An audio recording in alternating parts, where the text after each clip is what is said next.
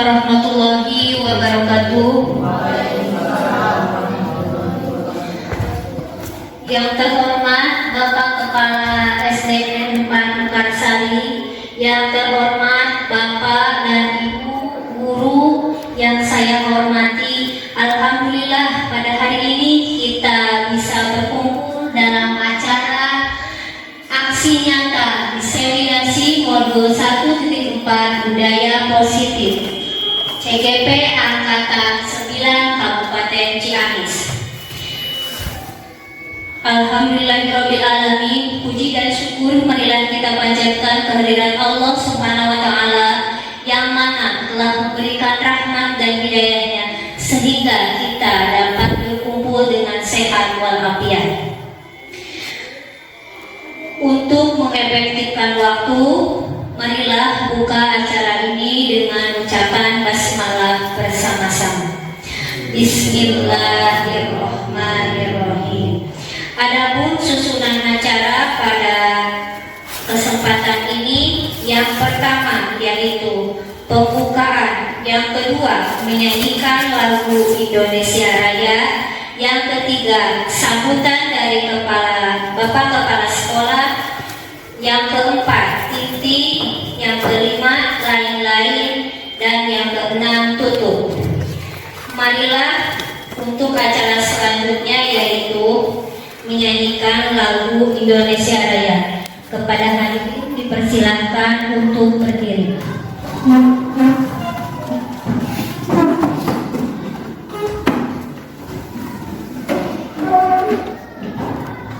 Hiduplah Indonesia Raya tua.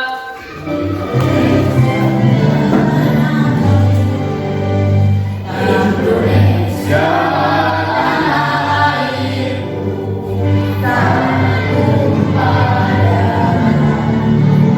di sanalah aku berdiri dari panu ibuku. Indonesia kebangsaanmu, bangsa dan tanah airku. Marilah kita berseru, Indonesia bersatu. Hiduplah tanahku, hiduplah negeriku, bangsaku, rakyatku semuanya. Bangunlah jiwanya, bangunlah badannya untuk Indonesia Raya. Indonesia Raya, merdeka, merdeka, tanahku, negeriku yang ku cinta. Indonesia Raya, merdeka, merdeka, hiduplah Indonesia Raya. Indonesia Raya, merdeka, merdeka, tanahku, negeriku yang ku cinta. Indonesia Raya, merdeka, merdeka, hiduplah Indonesia Raya.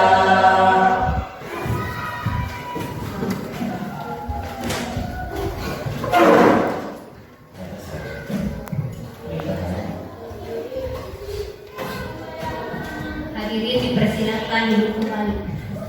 Untuk acara selanjutnya yaitu sambutan dari Bapak Kepala Sekolah. Kepadanya saya persilakan.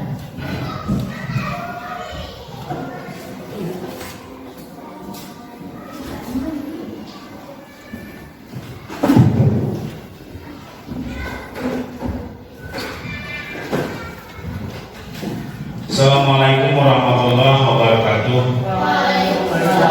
Alhamdulillah alamin, wassalatu wassalamu ala rasulillah wa ala alihi wa sahbihi wa ma'ala wa ba'du. Bapak dan Ibu guru yang saya hormati, alhamdulillah dalam kesempatan yang berbahagia ini, tepatnya pada hari Sabtu jam 8.30 kita semua bisa berkumpul di tempat untuk melaksanakan diseminasi program CGP yang dalam kesempatan ini tema dari diseminasi pada kesempatan ini adalah pemahaman dan pengalaman penerapan budaya positif. Bapak dan Ibu yang saya hormati, alhamdulillah sebagaimana yang telah kita ketahui bersama bahwa di sekolah kita ada peserta guru penggerak atau peserta calon guru penggerak, dan ini adalah merupakan sesuatu yang positif khususnya bagi di sekolah kita yang sekian lama menunggu, baru pada kesempatan ini sekolah kita ada kesempatan untuk mengikuti pelatihan guru penggerak. Bapak dan Ibu yang saya hormati, sebelumnya saya mohon maaf ya atas nama CGP, saya mohon maaf Bapak Ibu semua diganggu waktu bahwa biasanya pada kesempatan ini kita melaksanakan aktivitas masing-masing. Namun tidak kalah pentingnya bahwa hari ini adalah kita melaksanakan diseminasi, sudah barang tentu ada hal positif yang akan kita tangkap, yang akan kita pelajari, juga yang akan kita terapkan khususnya di SD 4 Makassar ini. Kenapa demikian? Bahwa program-program guru penggerak yang telah dilaksanakan sampai hari ini sudah, kalau tidak salah itu sudah sudah sampai ke modul 4 ya. Modul 1.4. Mudah-mudahan apa yang dikerjakan oleh CGP ini berjalan lancar, dan mohon dukungannya kepada seluruh rekan Bapak dan Ibu guru, baik guru kelas maupun guru bidang studi, bahwa materi-materi atau hal-hal yang terdapat dalam guru penggerak nanti kita bisa gali bersama, khususnya untuk calon guru penggerak itu sendiri, dan umumnya untuk kita semua sebagai pendidik, insan pendidik di SD 4 Makassar ini, yang nantinya bisa diterapkan, bisa diisi atau bisa diterapkan di kelas masing-masing. Tentunya nanti kita semua menerima atau transferan dari guru penggerak ini. Karena mengapa demikian? Karena secara ideal bahwa ilmu-ilmu yang terdapat dalam pelatihan guru penggerak itu bukan hanya untuk diri sendiri, tetapi harus bisa mentransferkan, harus bisa menularkan kepada guru-guru yang ada di kelas lainnya yang belum ada kesempatan untuk menjadi guru penggerak.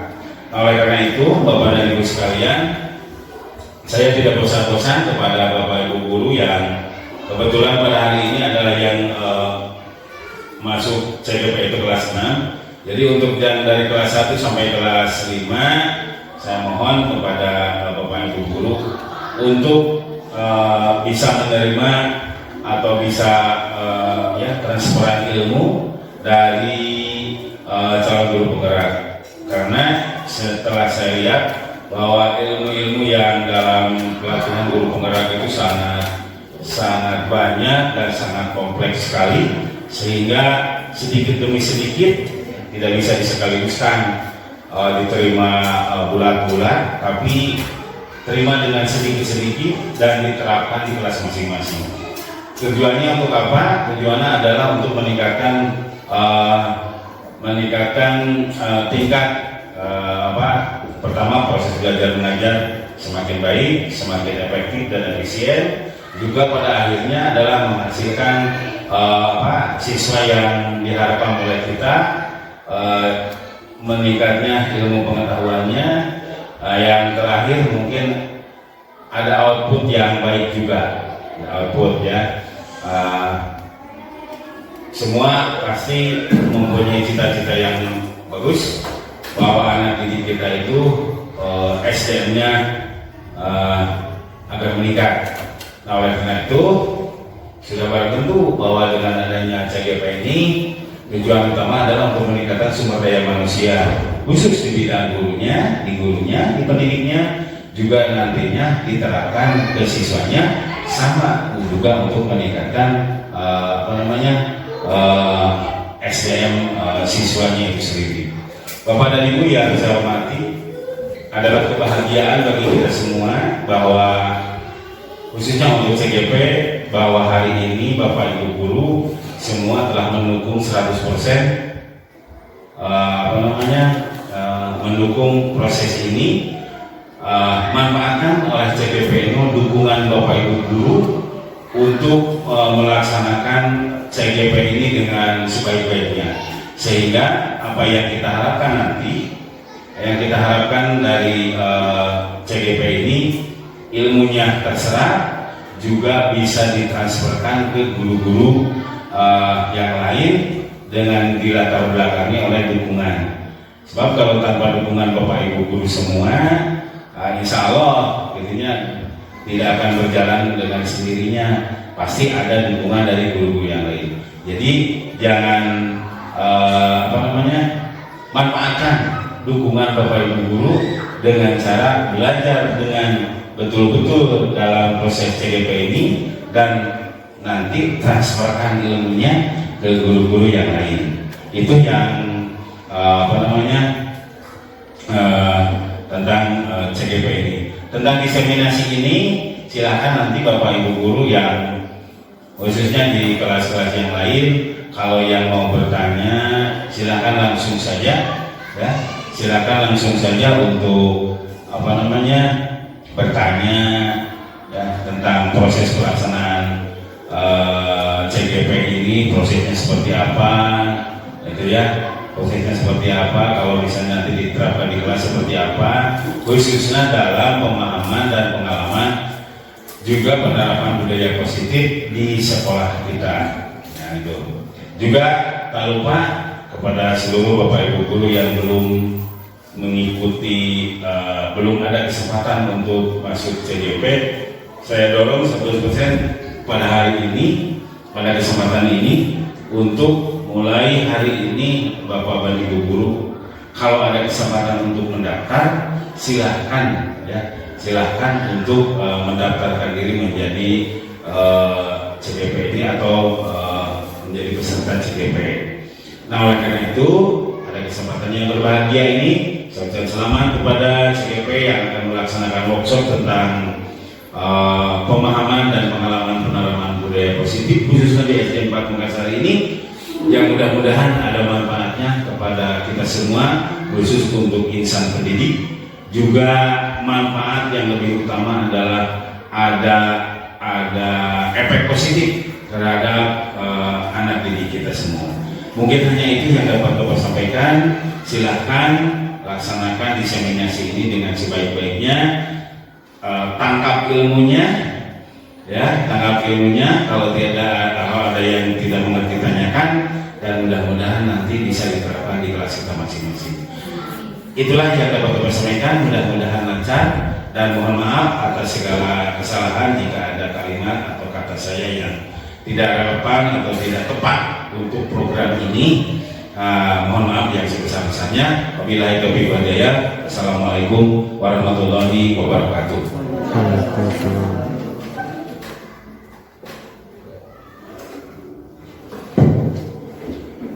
Terima kasih kepada Bapak Kepala Sekolah yang telah menyampaikan sambutannya. Semoga bermanfaat bagi kita semua. Untuk acara selanjutnya, yaitu acara inti kepada peserta CGP, silakan untuk memaparkan materi. Bismillahirrahmanirrahim. Assalamualaikum warahmatullahi wabarakatuh. Alhamdulillahirabbil alamin. Assalatu wassalamu ala asrofil anbiya'i wal mursalin wa ala alihi wa sahbihi ajmain, amma ba'du. Bapak Kepala Sekolah SDN 4 Mekarsari yang saya hormati, Bapak dan Ibu guru yang saya hormati, beserta karyawan-karyawati SDN 4 Mekarsari yang sama saya hormati. Alhamdulillah pada kesempatan hari ini kita bisa berkumpul di tempat yang insya Allah dimuliakan oleh Allah dengan mengikuti pelatihan diseminasi penerapan pengalaman budaya positif. Sebelumnya saya mengucapkan banyak terima kasih kepada Bapak Ibu semuanya yang sudah meluangkan waktunya dan memberikan dukungan dari segala hal untuk terciptanya pelatihan workshop ini, karena tanpa dukungan dan bantuan Bapak Ibu semuanya saya tidak akan bisa berdiri di depan sekarang ini. Salawat serta salam semoga tercurah limpahkan kepada junjungan kita Habibana wa Nabiyana Muhammad Sallallahu Alaihi Wasallam. Memasuki kepada pelatihan kali ini, Bapak Ibu semuanya mungkin sudah tahu bahwa di sini saya mengikuti program pendidikan guru penggerak angkatan 9, di mana pada tugas kali ini di sini saya memenuhi tugas yaitu pembuatan aksi nyata. Aksi nyata ini yaitu harus memberikan pengimbasan kepada Bapak Ibu semuanya. Oleh karena itu, di sini saya melaksanakan diseminasi dengan judul pemahaman dan pengalaman penerapan budaya positif.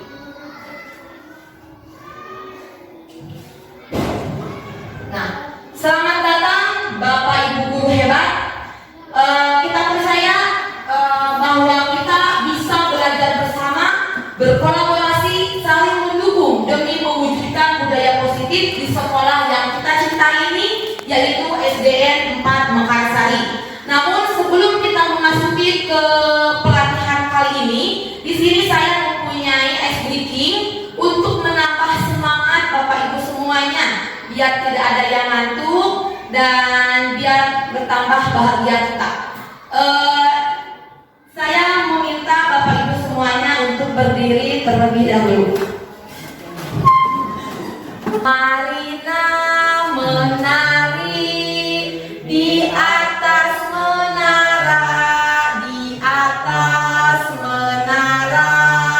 Marina menari. Bisa Bapak Ibu semuanya? Bisa. Jangan tegang ya Bapak Ibu semuanya, kita santai saja. Ini sharing dari apa yang saya temukan, saya ingin berbagi dengan Bapak Ibu semuanya. Jadi kalau misalkan ada yang mau ditanyakan atau mau ada yang bagaimana, silakan saja. Jangan tegang, kita santai saja, relax untuk melaksanakan pelatihan kali ini. 1, 2, 3. Marina menari di atas menara, di atas menara. Marina menari. Nah, Marina itu pasti ada pasangannya. Siapa? Marijo. Tapi kalau Marijo ini biasanya laki ya. Nah, kalau Marijo begini. Marijo menari di atas menara, di atas menara. Marijo menari. Bisa Bapak Ibu semuanya? Marijo menari di atas. Iya, Marina. Tidak Bapak Ibu.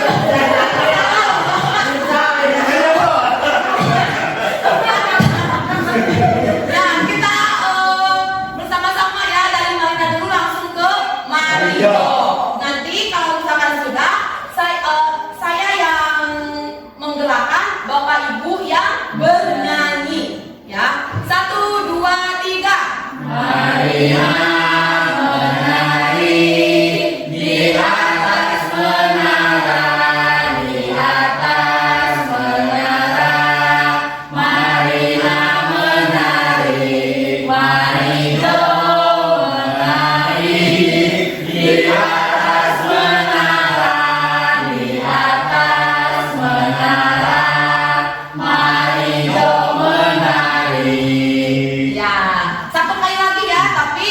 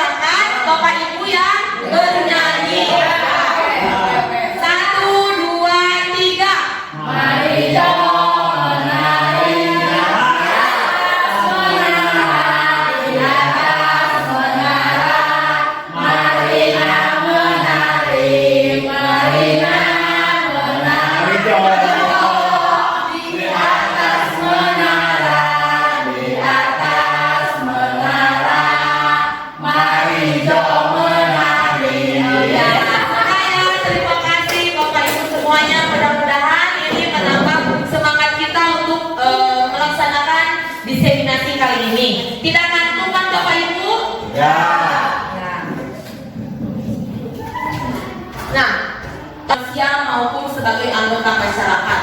Jadi sebuah budaya positif itu akan tercapai apabila kita sudah memanusiakan manusia, khususnya itu adalah peserta didik kita. Kita sebagai guru di kelas harus bisa menuntun peserta didik sesuai dengan kodrat, baik kodrat alam maupun kodrat zaman. Jadi sehingga anak itu dengan pembelajaran yang menyenangkan, kita berpihak kepada murid, insya Allah anak itu akan merasakan nyaman dan bisa mengikuti pembelajaran kita dengan baik.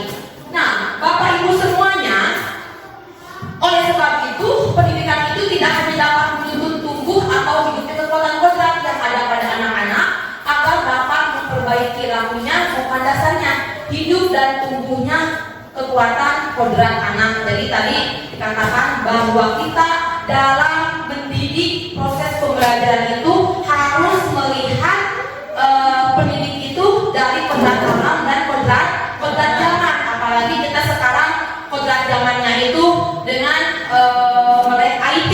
Jadi tentu saja pembelajaran itu harus dikaitkan dengan berbagai macam teknologi agar peserta didik kita tidak ketinggalan zaman. Nah, selanjutnya untuk menciptakan budaya positif ini tentunya harus ada kebiasaan-kebiasaan yang harus kita terapkan di sekolah kita. Budaya positif itu yaitu adalah nilai dan kebiasaan di sekolah yang berpihak pada murid agar mereka dapat berkembang menjadi pribadi yang kritis, penuh hormat dan bertanggung jawab sesuai dengan profil pelajar Pancasila. Ya, jadi untuk menciptakan budaya positif yang berpihak pada murid ini berarti kita sesama guru bisa berkolaborasi untuk menciptakan kebiasaan-kebiasaan yang baik yang nanti bisa kita dapatkan. Karena dengan kebiasaan-kebiasaan yang baik ini, insya Allah nanti peserta didik akan tumbuh karakternya itu tanpa kita sadari. Nah, modul pembelajaran yang akan kita pelajari pada kali ini yaitu ada 7 poin. Yang pertama yaitu tentang perubahan paradigma belajar, kemudian disiplin positif, motivasi diri manusia, kebutuhan manusia, fungsi kontrol, keyakinan kelas dan segitiga restitusi. Nah, ini adalah poin-poin untuk menciptakan budaya positif tentunya di sekolah SDN kita tercinta ini yaitu SDN 4 Mekarsari.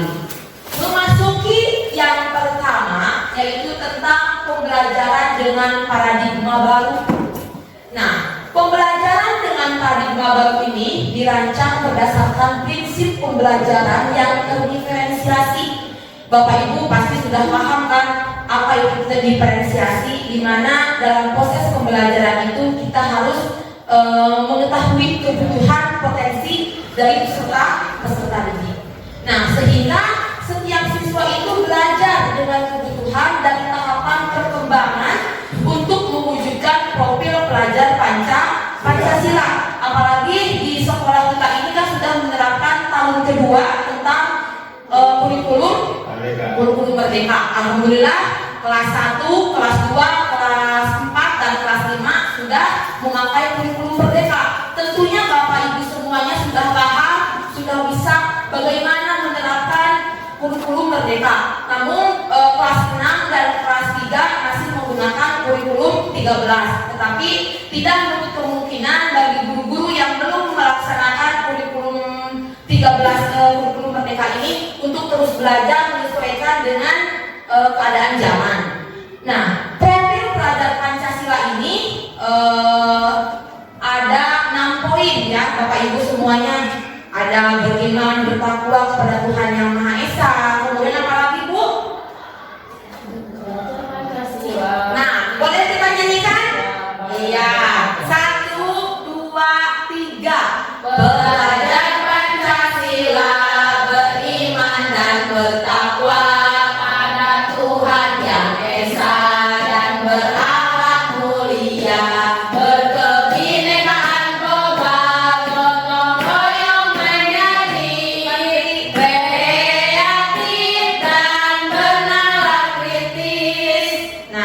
sudah paham ya, sudah tahu Bapak Ibu semuanya. Jadi untuk mewujudkan peserta didik yang berpihak pada murid ini, kita gabungkan, kita sesuaikan dengan kurikulum pelajar Pancasila. Nah, sekarang kita praktekkan Bapak Ibu semuanya. Coba tangannya mana Bapak Ibu? Tangannya mana? Coba Anda itu adalah A, ya. Anda itu adalah A. Tugas Anda adalah mengepalkan salah satu tangan Anda. Coba kepalkan tangan Anda sekuat-kuatnya dan bayangkan Anda itu menyimpan sesuatu yang sangat berharga dalam kepalan Anda, ya. Bayangkan di kepala Anda ini adalah sesuatu yang berharga, mau emas ataupun apa yang terserah, tapi bayangkan yang berharga. Anda perlu menjaga benda tersebut sekuat tenaga Anda karena begitu penting untuk kehidupan Anda. Ini adalah sesuatu yang berharga untuk kehidupan Anda. Nah, tugas yang B, rekan Anda ataupun misalkan mau siapa saja itu ya, mencoba dengan segala cara membuka kepala Anda, tangan Anda. Teman Anda boleh membujuk, menghardik, mengintimidasi, memarahi, menggedok, menggoda, bahkan menggelitik supaya kepala Anda itu bisa terbuka. Nah, bagaimana tanggapannya? Apakah dari kepala yang ini yang Anda sedang kepal dengan sekuat tenaga ini berhubungan dengan kehidupan Anda, ada teman Anda yang mengintimidasi, mengelek-ketek, koyok, mau ini si kepala ini terbuka. Bagaimana, apakah mau dibuka, Bu Elman? Jika jika dalam kepala ini adalah salah satu yang sangat berharga dan untuk kehidupan saya ke depannya, sekuat tenaga akan saya pertahankan. Bagus sekali. Bagaimana Bu Evi? Apakah akan dipertahankan atau mau dibukakan saja untuk teman? Mau gimana? Bukakan saja. Menurut saya, genggaman tangan ini akan terus digenggam karena itu sangat berharga untuk kehidupan kita di masa yang akan datang. Iya, terima kasih Bapak Ibu semuanya. Jadi ternyata ya dari kepala yang kita genggam ini yang berarti bagi kehidupan kita, ternyata kontrol diri itu terdapat pada siapa? Diri sendiri. Kita tidak bisa mengontrol orang lain, tetapi kontrol diri itu bisa tercipta kepada peserta didik atas kesadarannya sendiri dengan menanamkan budaya positif. Nah, itu mungkin tentang yang barusan kita praktekkan ya. Jadi dari kepala ini, kontrol diri yang terkuat itu bukan pada orang lain, tetapi pada diri kita sendiri ya. Nah, sekarang disiplin positif, memasuki kedua, disiplin positif. Dari benak Bapak Ibu semuanya, coba apa itu disiplin? Menurut Bu Lia, bagaimana disiplin? Disiplin taat pada aturan. Iya, betul sekali. Ya, jadi disiplin itu adalah menaati peraturan yang ada, anak patuh terhadap peraturan-peraturan yang ada di kelas. Nah, tapi sekarang saya mendapatkan ilmu baru. Jadi nanti kita akan bahas kenapa tidak peraturan kelas, kenapa harus keyakinan kelas. Nanti kita akan bahas. Nah, disiplin positif dalam budaya kita yaitu sesuatu yang dilakukan seseorang kepada orang lain untuk mendapatkan kepatuhan. Kita cenderung menghubungkan kata disiplin ini dengan ketidaknyamanan. Misalkan peserta didik kita datang terlambat. Nah, kebiasaan kita bagaimana kalau misalkan ada peserta didik yang terlambat datang ke sekolah? menegur langsung. Itu untuk menciptakan apa? Disiplin. Tapi nanti kita akan bahas bagaimana cara kita memposisikan kontrol kita terhadap peserta didik. Tetapi disiplin ini dapat kita wujudkan melalui kebiasaan-kebiasaan yang positif. Nah, menurut Bapak Pendidikan kita, Ki Hajar Dewantara, menyatakan bahwa di mana ada kemerdekaan, disitulah harus ada disiplin yang kuat. Makanya disiplin ini kita harus tanamkan betul-betul kepada peserta didik kita, dimulai dari hal yang kecil dan nantinya bisa ke hal yang lebih luas atau misalkan hal yang lebih besar. Jadi ketika anak sudah sadar, sudah menanamkan rasa disiplin positif ini, pasti tentunya akan menciptakan budaya positif yang lainnya. Nah, lanjut. Nah, betul sekali tadi yang dikatakan oleh Bulia bahwa disiplin positif itu adalah salah satu cara untuk penerapan disiplin yang bertujuan untuk menumbuhkan kesadaran serta memberdayakan anak untuk melakukan sesuatu tanpa sokongan, tanpa ancaman ataupun tanpa hukuman. Jadi ketika anak sudah sadar menerapkan disiplin positif ini, anak pasti tentunya akan melaksanakan disiplin itu dengan atas kesadarannya sendiri. Jadi tidak akan terpaksa. Kita sebagai ibu tidak akan pernah memarahi anak lagi. Ada anak yang kesiangan atau misalkan ada baju yang dikeluarkan. Kalau misalkan anakku sudah paham, sudah sadar, tentunya dia akan merasa, oh bagaimana nih cara kita untuk bersikap, bagaimana nih cara menanamkan tentang disiplin positif. Karena itu berasal timbul dari motivasi intrinsik dari dalam dirinya, bukan dari luar. Halo.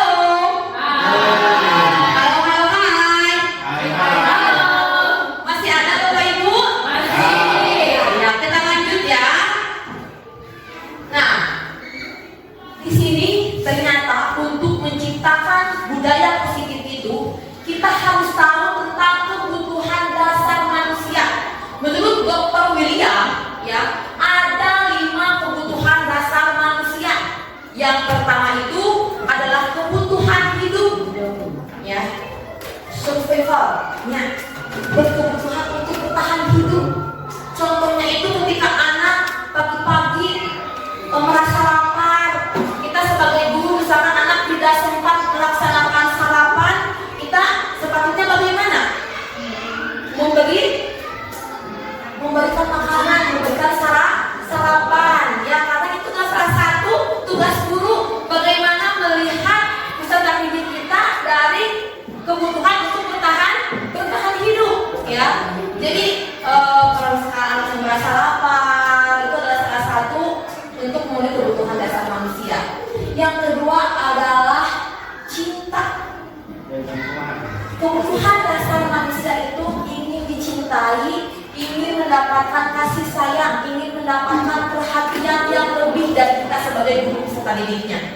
Jadi ketika anak di rumahnya tidak mendapatkan kasih sayang, tidak mendapatkan perhatian dari orang tuanya, kita sebagai guru di sini tentunya harus mengetahui latar belakang anak itu seperti apa. Jadi ketika anak melakukan hal-hal di luar nalar, itu mungkin saja peserta didik itu tidak mendapatkan kasih sayang di rumahnya, dan dia menginginkan mendapatkan kasih sayang di mana?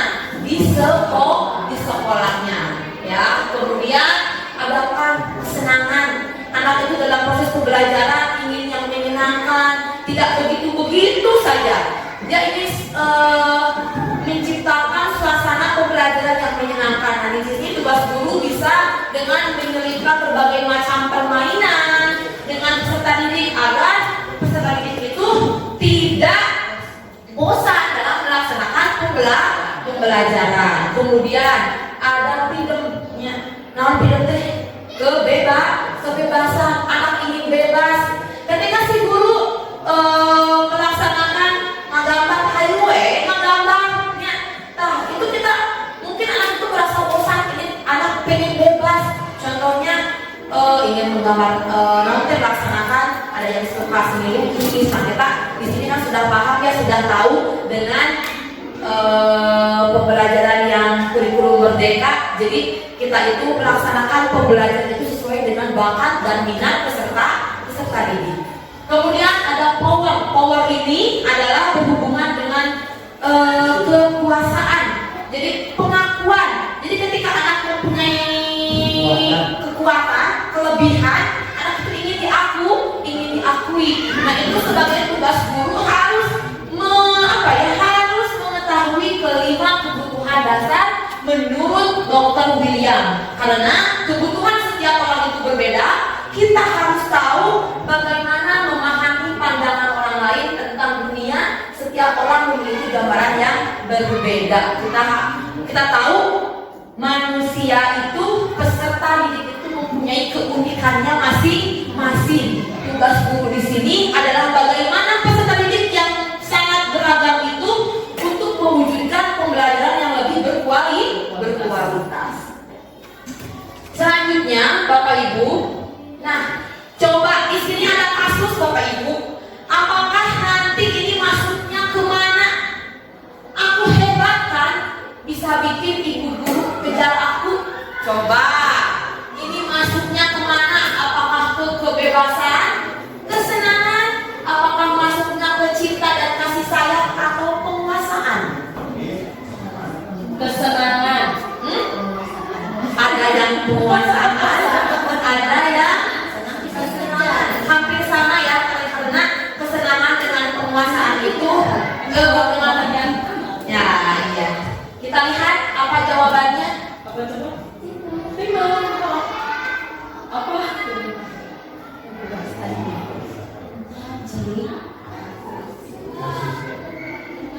Ya, sini keayaan.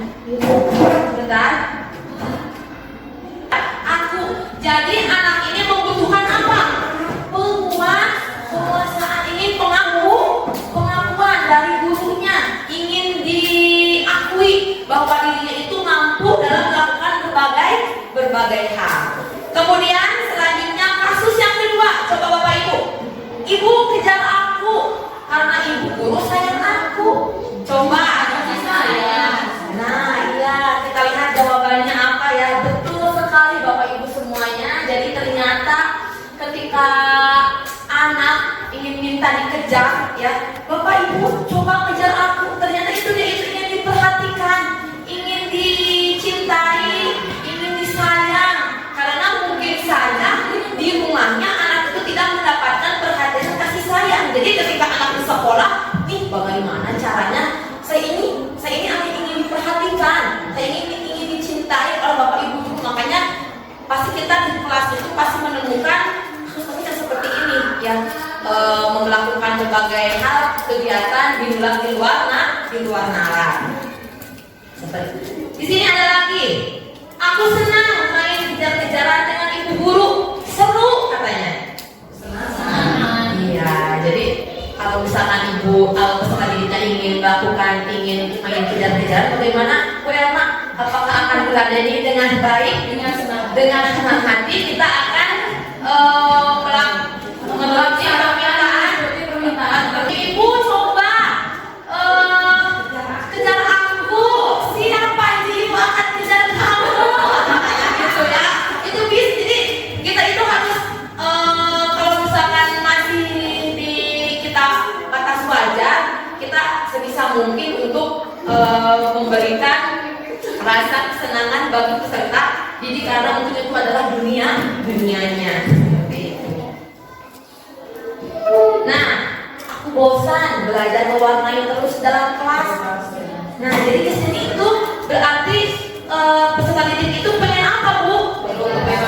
Perlu kebebasan ya. Jadi kalau misalkan dalam pembelajaran seni itu ada yang sukanya mewarnai, ada yang sukanya tari, seni musik, seni tari. Jadi kalau misalkan ada salah satu siswa kita yang tidak bisa menggambar, mungkin kemampuannya itu bukan di sana, tetapi mungkin kemampuannya itu bahkan itu ada di yang lain.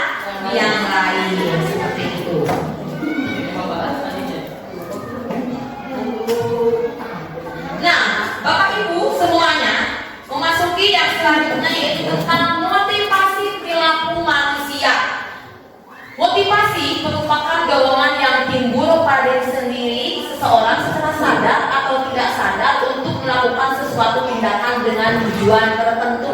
Jadi motivasi perilaku manusia ini dipengaruhi oleh dua hal, dari dalam dan dari luar. Kalau misalkan dari luar, ya motivasi eksternal itu biasanya berhubungan dengan menghindari ketidaknyamanan dan hukuman. Salah satu contohnya itu adalah ketika murid melakukan disiplin itu bukan karena atas kesadaran sendiri, ya, tapi karena takut dihukum. Ini adalah tingkatan terendah dari motivasi perilaku manusia. Jadi ketika anak melaksanakan, misalkan bajunya bagi laki-laki dikeluarkan, itu dimasukkan, kita tanya kenapa tumben bajunya dimasukkan, itu sudah ajukan jempol.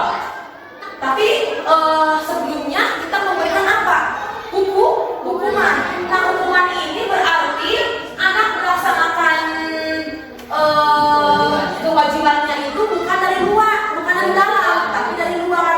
Jadi kurang teh memakai baju dimasukkan teh pada ayah naon, pada ayah hukuman, pada ayah ketidaknyamanan.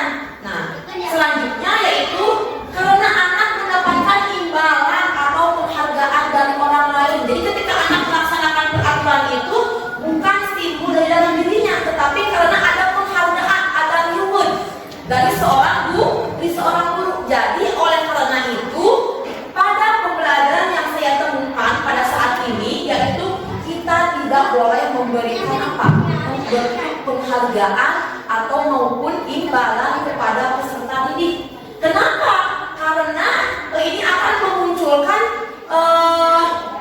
ketagihan. Makanya alhamdulillah di sekolah kita sudah tidak melaksanakan apa Bu?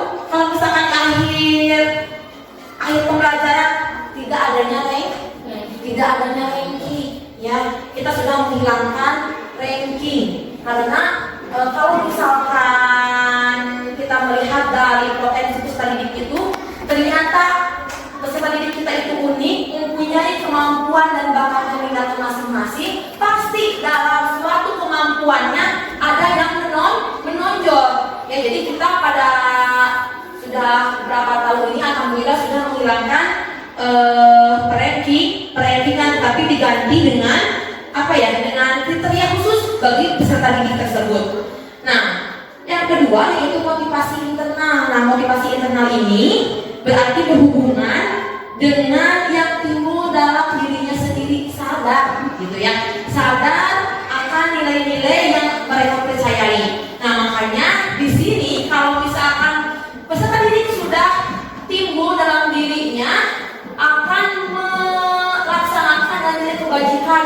Nah, ini adalah motivasi yang akan membuat seseorang memiliki disiplin positif atau budaya positif. Seperti itu Bapak Ibu.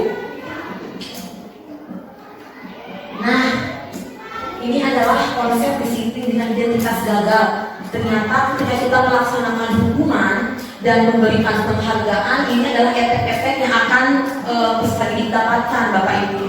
Jadi ketika anak dihukum pastinya akan menyakitkan, tidak nyaman, murid takut, memaksa, murid menyembunyikan kesalahan, dan murid menjadi rendah diri. Ketika anak dihukum, misalkan ya di depan temannya, itu akan merasa rendah diri dan itu akan berjangka panjang. Jadi ketika anak akan kembali dengan komunitasnya, dengan peserta didik di lingkupannya, ketika anak sudah dimarahi, mungkin ada rasa rendah diri. Untuk meningkatkan percaya dirinya itu yang sulit. Makanya kita di sini untuk sebisa mungkin menghindari apa yang namanya hukuman. Kemudian penghargaan juga sama Bapak Ibu. Ternyata ya saya juga dulu sebelum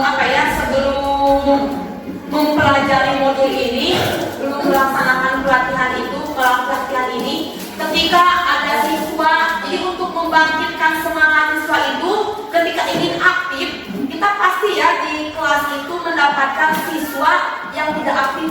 Nah, bagaimana caranya supaya anak si A ini aktif dengan memberi memasang stiker bintang, penghargaan, Tapi ternyata setelah mempelajari modul ini saya juga salah.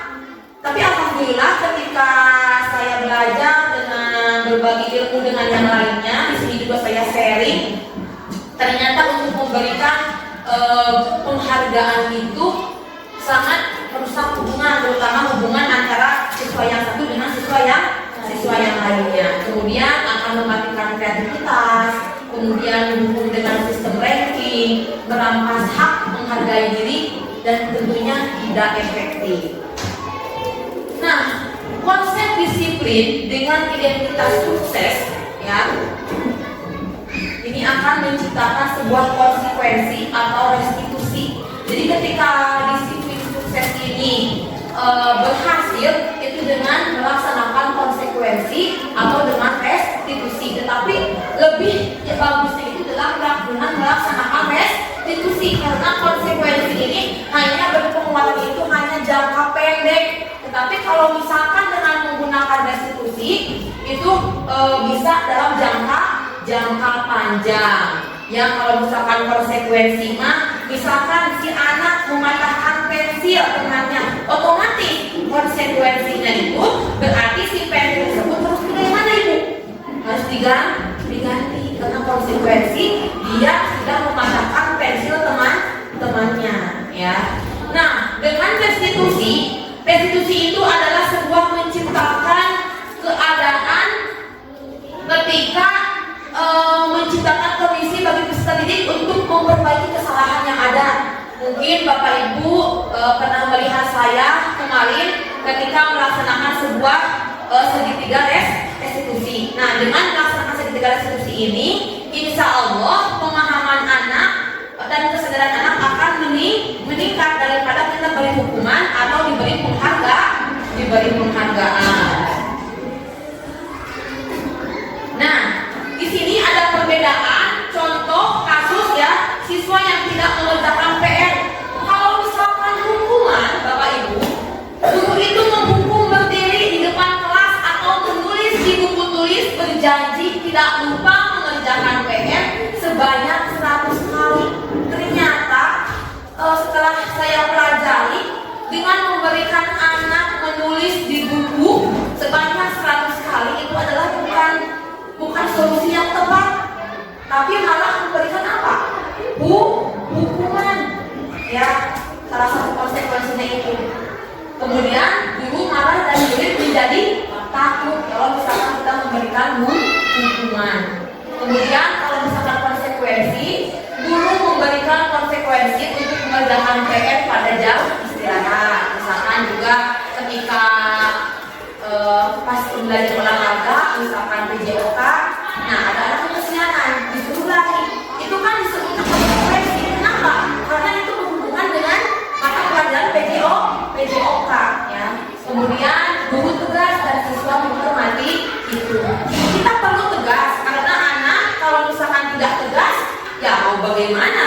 Kalau misalkan kita seenaknya, anak juga nanti kebanyakan nantinya akan menunjang. Berarti harus memberikan ketegasan supaya anak bisa menghargai sesama yang lainnya. Selanjutnya itu restitusi. Nah, Bapak Ibu, kalau misalkan dengan restitusi, ya, ternyata guru akan menanyakan keyakinan kelas atau menanyakan diri dan membantu siswa menyelesaikan permasalahannya. Jadi anak akan tersadar, oh ternyata saya sudah melakukan kesalahan dan harus diperbaiki.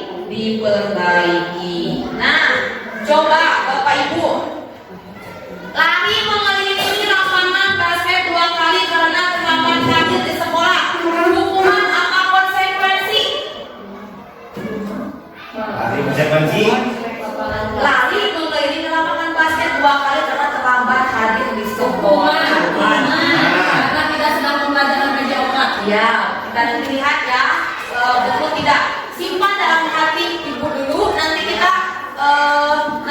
kita samakan jawabannya. Membersihkan coretan yang dibuatnya di meja tulis. Konsekuensi. Ya, murid diminta untuk push up 15 kali karena tidak menggunakan masker ke sekolah. Wah, sudah pintar ya Bapak Ibu semuanya. Menggantikan kertas tugas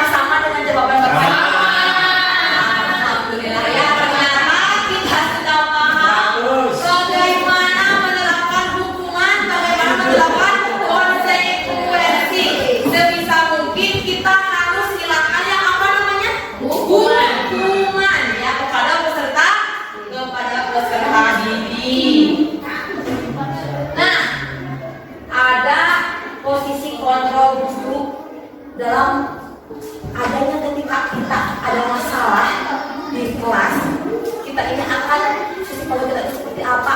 Apakah mau menjadi penghukum? Apakah mau menjadi pembuat merasa bersalah? Atau mau menjadi teman?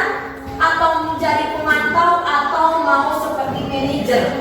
Ya, jadi dalam menciptakan gaya positif ini, tentunya guru juga harus belajar bagaimana cara menyelesaikan permasalahan dan posisi kita itu harus tahu.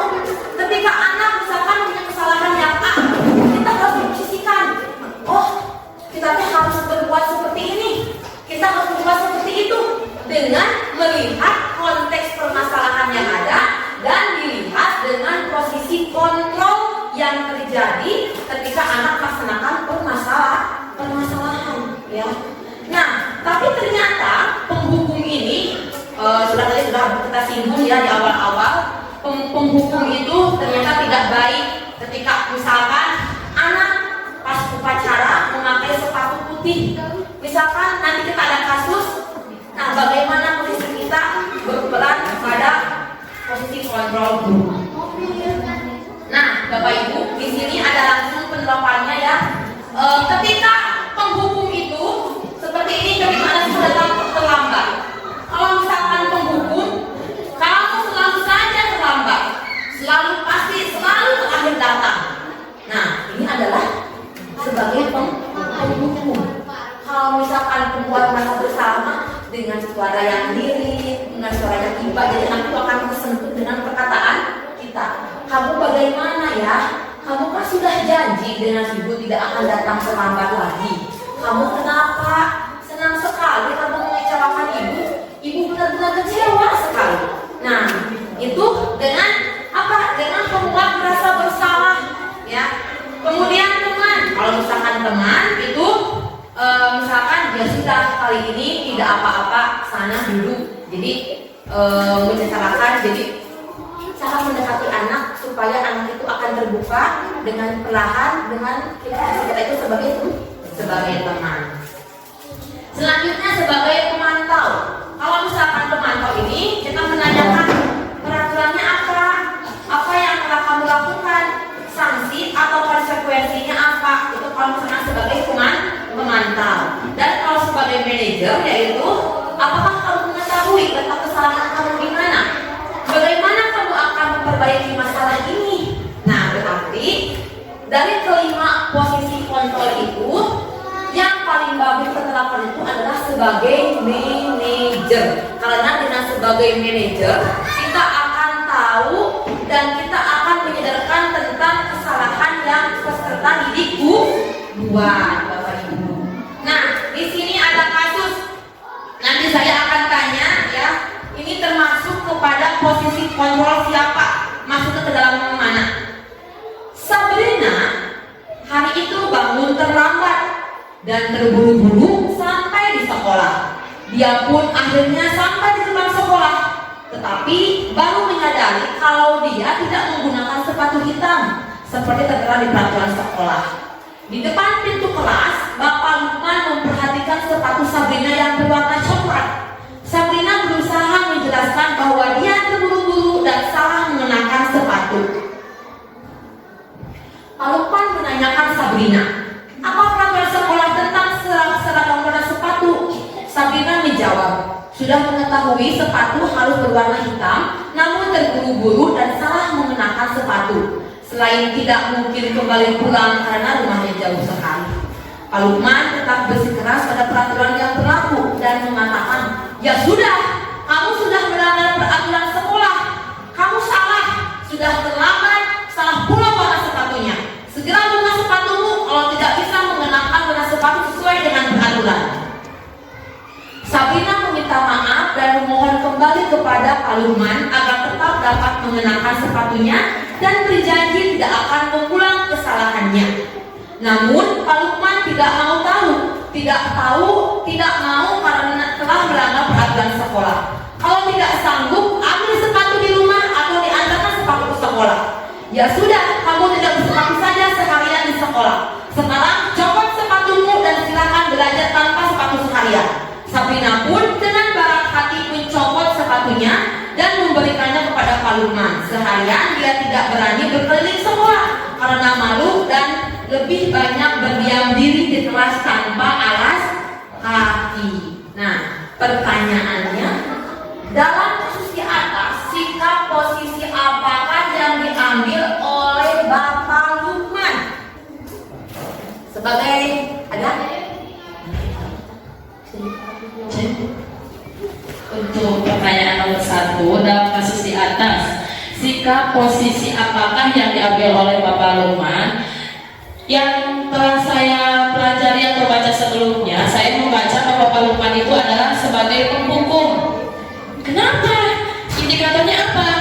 Karena di sana saya membaca bahwa Pak Lukman bersikeras untuk mencopot sepatunya hingga siapa namanya tadi? Sabrina tidak boleh memakai sepatu seharian di sekolah. Menurut saya itu karena berlebihan juga untuk hukumannya, dan tidak dibenarkan juga untuk paparan yang sudah Ibu berikan tadi. Jadi menurut saya itu adalah posisi penghukum. Ada yang lain? Sama semuanya sependapat? Betul ya Bapak Ibu semuanya. Jadi yang dilakukan oleh Pak Lukman ini adalah sebagai posisi kontrol, sebagai penghukum. Dia itu bukan hanya menyakiti secara verbal, tetapi secara fisik juga. Lagi panas-panasnya, si anak harus bertelanjang kaki. Nah, hukuman semacam itu tentunya akan berjangka bagaimana? Panjang. Anak akan merasa rendah hati, rendah diri. Ketika anak bertemu dengan temannya itu, dia akan merasa malu karena dia sendiri yang tidak memakai sepatu. Menurut saya, jadi seharusnya Pak Lukman itu memberikan pengertian, ya. Apalagi kita tahu bahwa dia sudah minta maaf dan juga dia itu terburu-buru takut kesiangan. Ya, kita harus memberikan pengarahan menjadi posisi kontrol sebagai apa itu Bu? Sebagai manajer, ya. Jadi anak tahu yang pertama, anak tahu kesalahannya, dan anak juga tidak akan mengulangi kesalahan yang sudah terjadi seperti itu. Betul ya Bapak Ibu. Jadi posisi kontrol Pak Lukman ini adalah sebagai penghukum. Betul sekali, tepat sekali yang dikatakan oleh Bu Elma. Jadi indikatornya itu ketika Pak Lukman membentak dengan suara yang tinggi, kemudian dengan mencopot sepatunya. Nah, kemudian ada keyakinan kelas.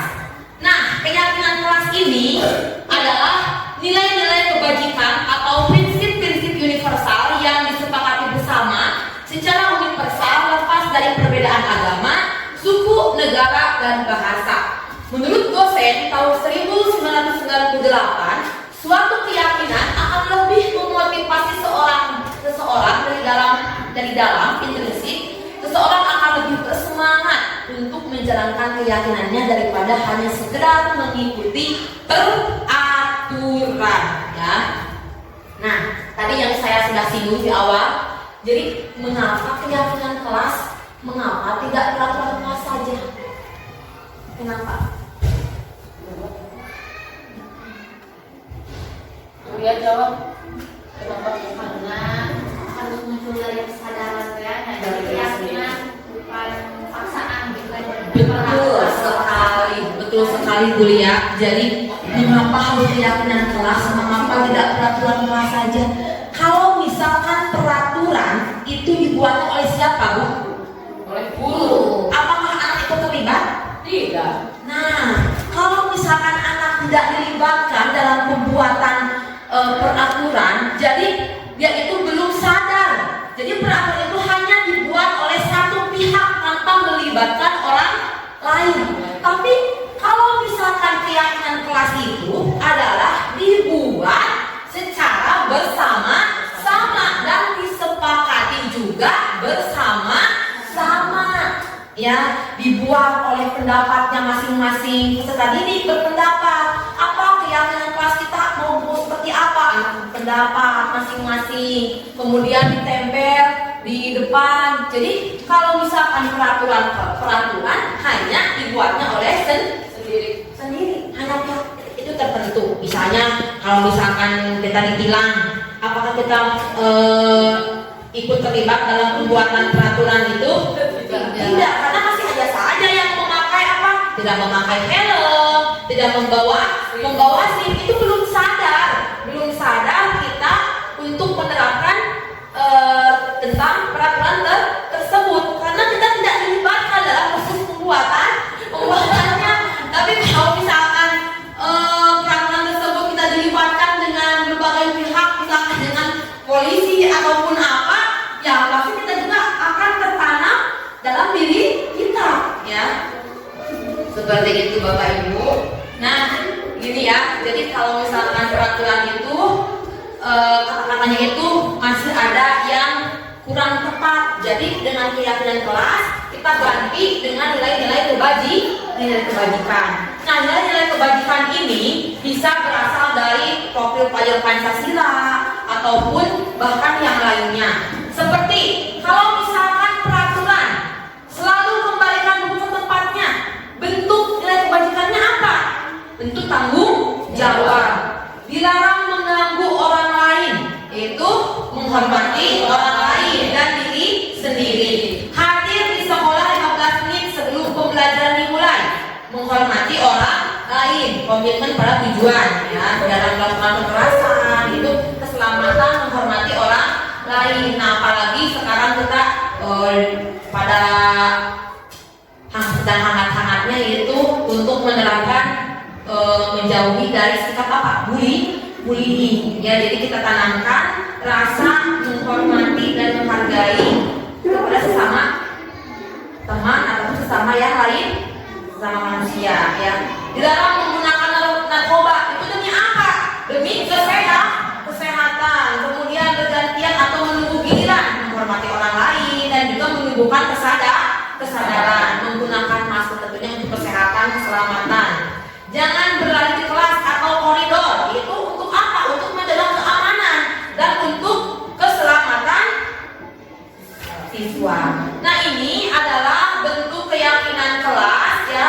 Kelas saya, yaitu di kelas saya sebagai guru kelas 6 sudah menerapkan proses pembuatan keyakinan kelas. Jadi anak diberikan post-it berpendapat dengan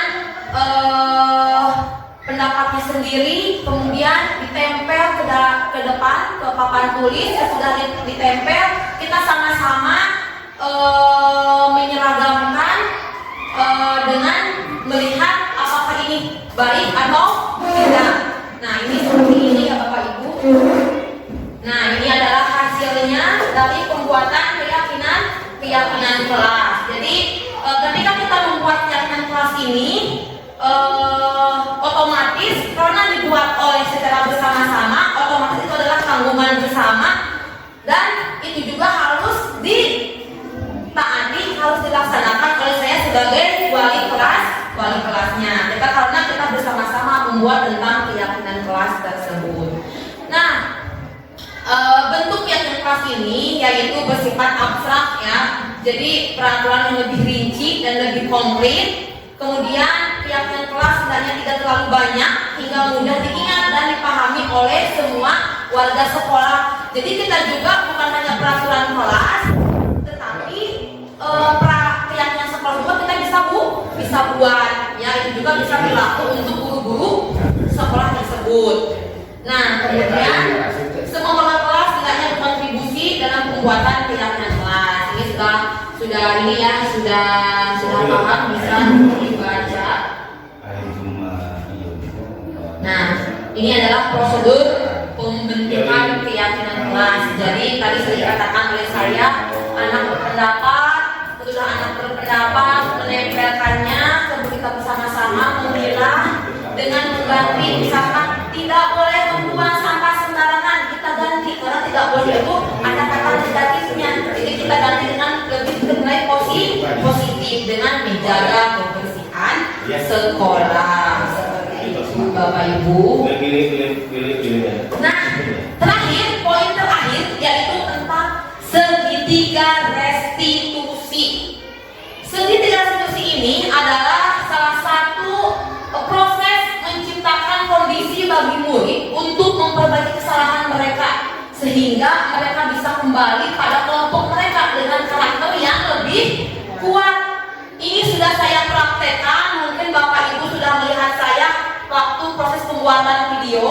Jadi pada saat proses pembuatan video ini bukan semena-mena saya mengajak siswa tersebut untuk melakukan skenario, tapi emang betul peserta didik itu pernah melakukan kesalahan.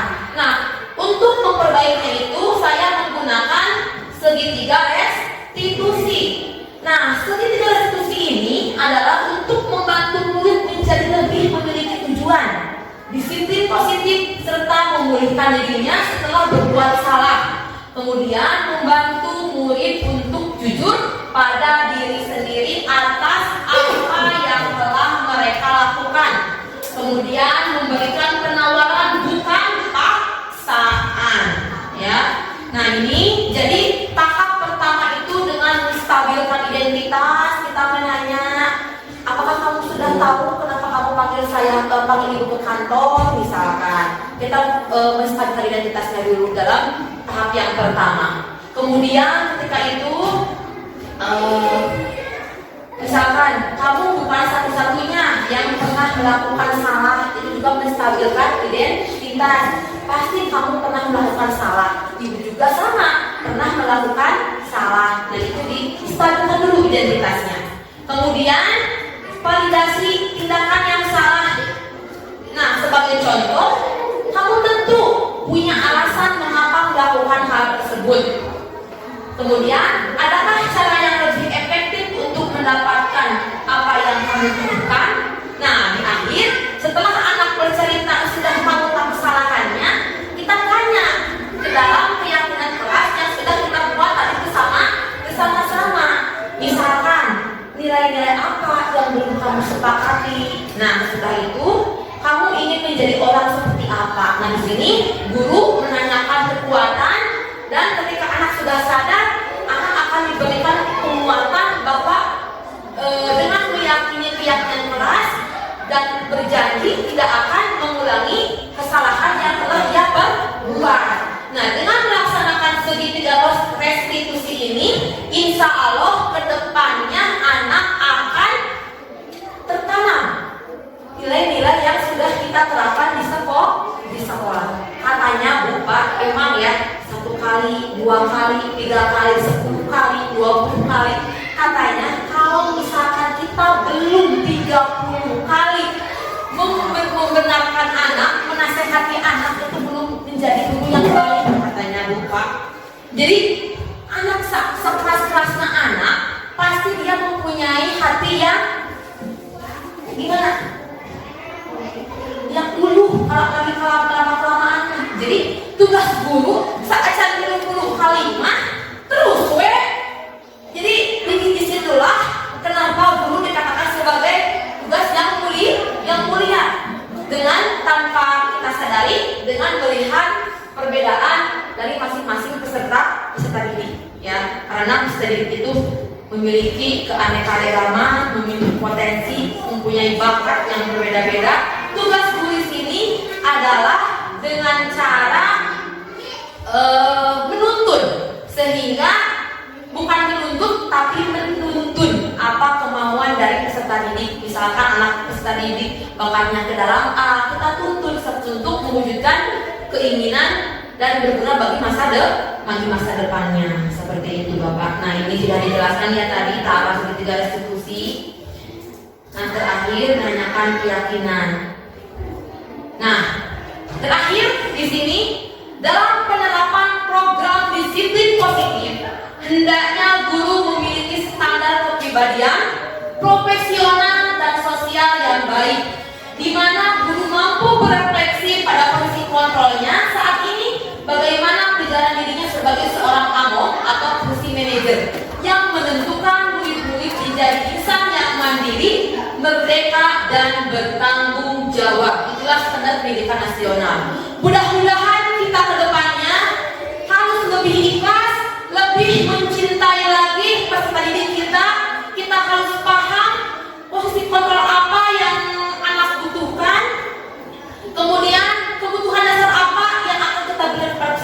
kita.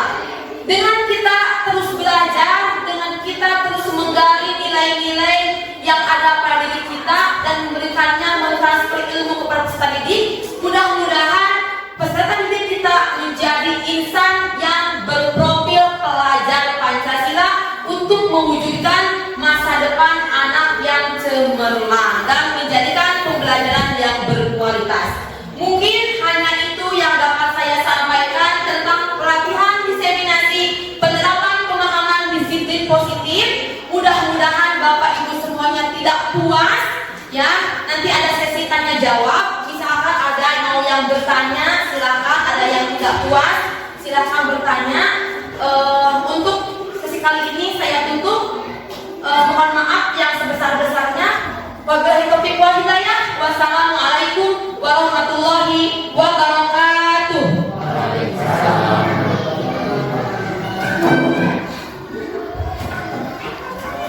Silakan Bapak atau dari Ibu ada yang mau ditanyakan mengenai pemaparan yang tadi mengenai budaya positif. Apakah sudah diterapkan di setiap kelas atau di sekolah? Ada yang ditanyakan, dipersilakan. Ibu, Ya. terima kasih atas waktunya dan terima kasih pula atas penjelasannya.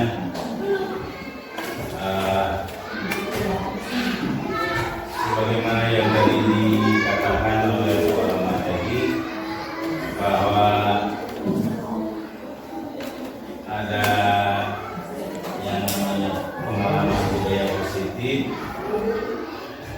News kelas yang lain silakan diterapkan di kelas.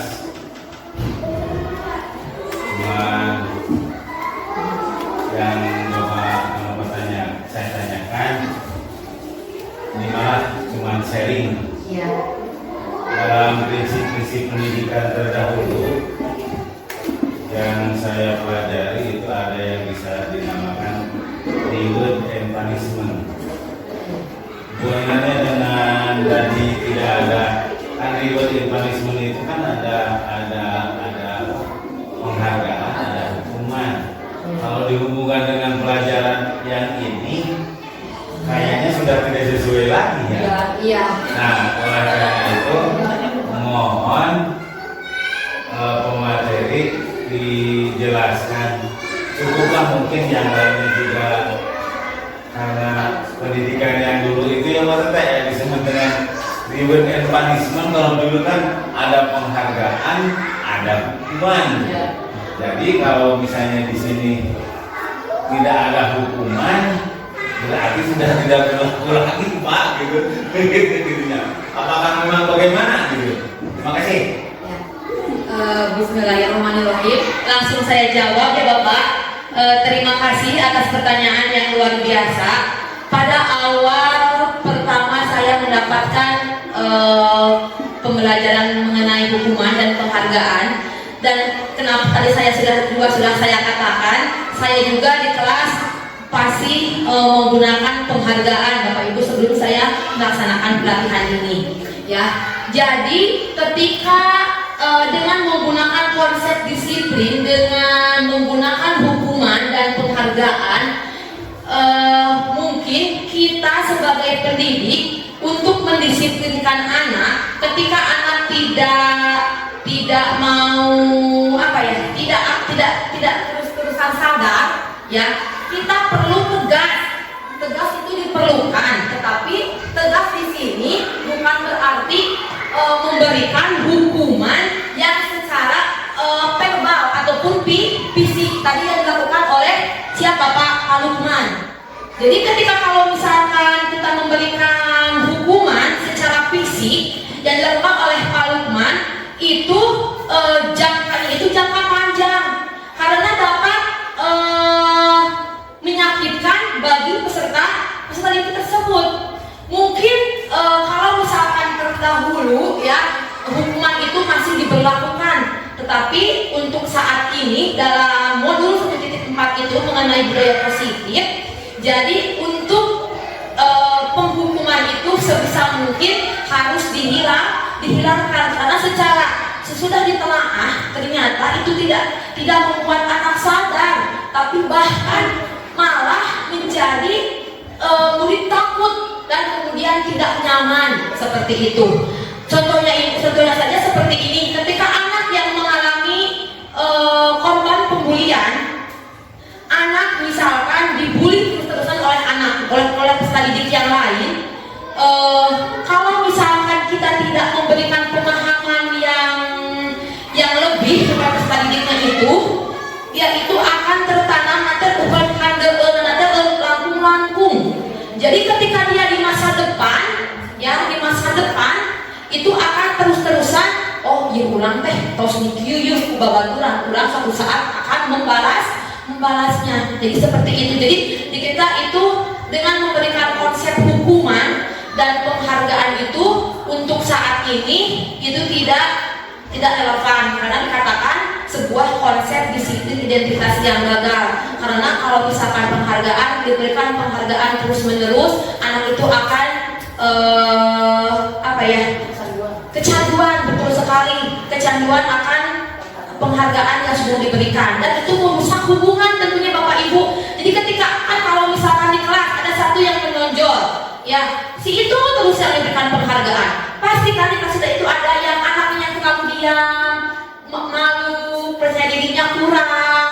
Nah itu akan mungkin bahkan akan anak yang kurang aktif, kurang terlibat dalam pembelajaran akan merasa lebih minder.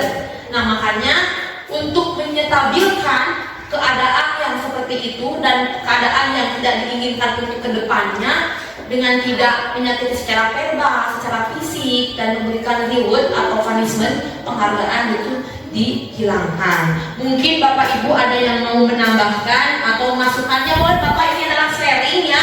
Jadi kita sama-sama memberikan pendapatnya gitu.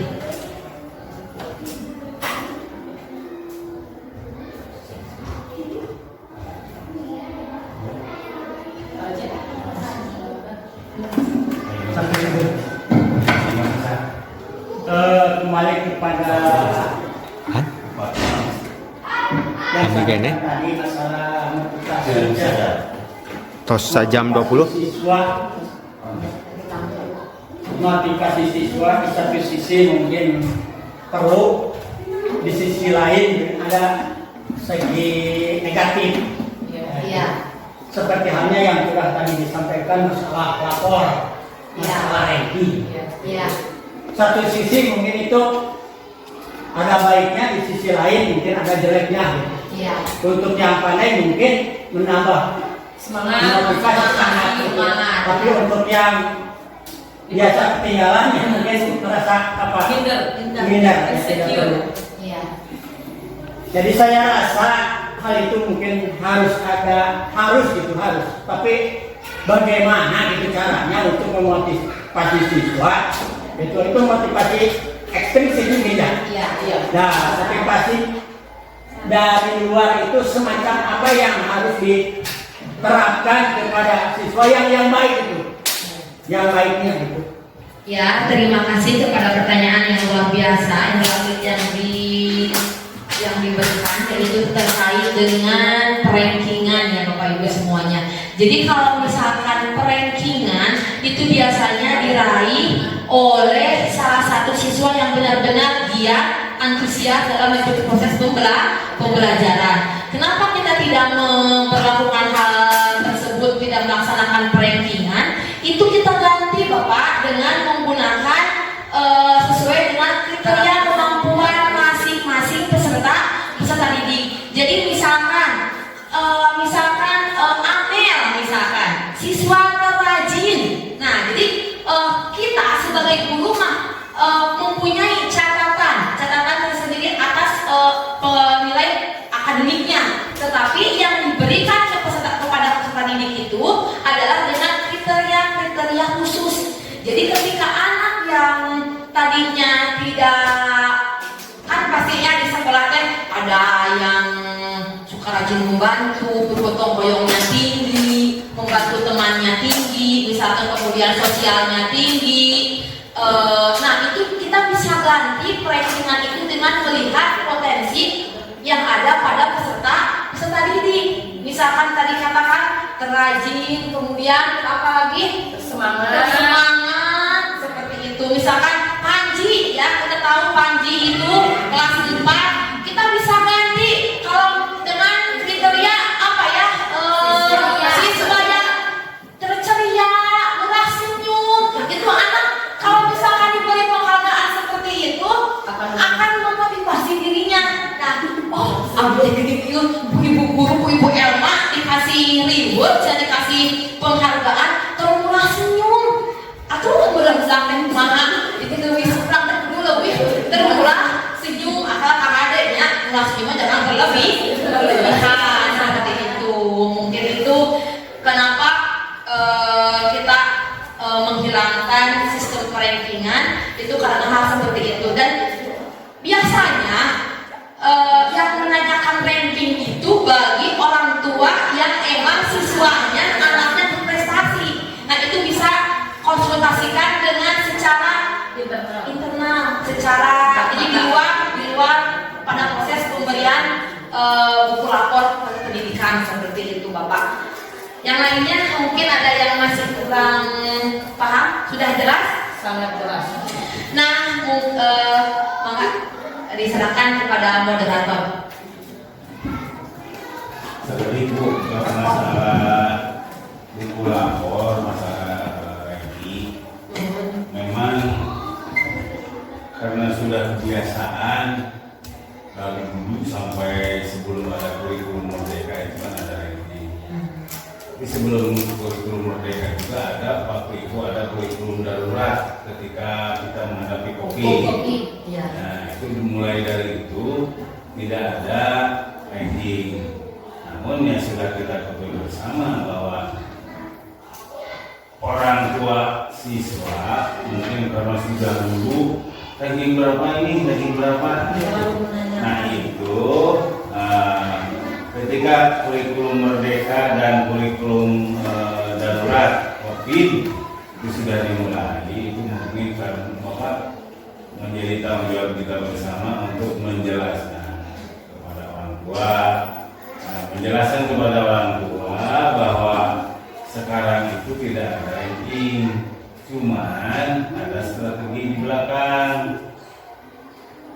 Ranking diumumkan di lapor pendidikan itu memang tidak ada, cuman catatan bagi wajib sekolah itu sadaya semua sekolah itu seperti itu. Jadi jika ada yang menanyakan, ada jawabannya, jangan sampai guru kelas ada siswa atau orang tua yang menanyakan, kok kenapa sekarang nggak ada ranking, jelaskan. Nah itu riset seperti itu. Tapi kalau misalnya ibu mau tahu, ini hanya catatan di guru kelas yang ada, jelaskan pasien. Jawabannya ada. Cuman untuk secara formalnya di buku laporan pendidikan ketika kurikulum baru tidak dicantumkan untuk ranking. Jelaskan kenapanya, jelaskan kenapanya. Karena kan ada perbedaan, ada kurikulum 2013 dengan kurikulum 2014. Jadi ada namanya juga merdeka gitu. Jadi pasti ada perbedaan. Silakan jelaskan oleh Pak Wali kelas masing-masing. Itu yang dapat saya sampaikan. Terima kasih semuanya. Silakan moderator. Ya, terima kasih kepada Bapak yang telah menyampaikan penambahan mengenai pemaparan yang telah ditanyakan oleh tadi Bapak sama Ibu Guru.